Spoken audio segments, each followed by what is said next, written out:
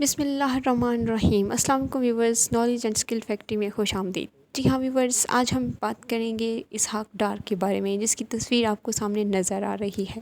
Viewers, وہ اسحاق ڈار جو پچھلے 3.5 سال سے مفرور قرار دیا گیا ہے، چیف جسٹس آف پاکستان نے اس کا پاسپورٹ جو ہے وہ منسوخ کر دیا تھا، لیکن اب کہا یہ جا رہا ہے کہ IMF کو ہینڈل کرنا مفتیٰ اسماعیل صاحب کے بس کی بات نہیں ہے۔ پاکستان ایک معاشی بحران میں گر چکا ہے۔ جیسے یہ حکومت آئی ہے، پاکستان مسلسل معاشی بحران کا شکار ہوتا جا رہا ہے، اور اس معاشی بحران سے نکالنے کے لیے پہلے مفتیٰ اسماعیل صاحب کو نامزد کیا گیا، جو جتنے قابل ہیں وہ سب کو پتہ ہے۔ اب ان کی جگہ پر ایک ان سے بھی زیادہ قابل بندے کو لایا جا رہا ہے، اور وہ ہے اسحاق ڈار صاحب۔ ان کو مئی میں نیا پاسپورٹ جاری کر دیا گیا ہے، اور ان کی جولائی کے فرسٹ ویک میں آمد متوقع ہے۔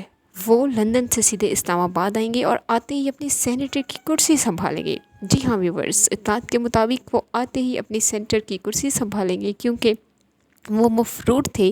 نیب نے ان کی گرفتاری کے وارنٹ جاری نہیں کیے تھے، لیکن پچھلے 3.5 سال سے وہ غائب تھے۔ ان کا کہنا یہ ہے کہ وہ کمر درد کی وجہ سے لندن میں مقیم تھے اور وہ پاکستان نہیں آ سکتے تھے۔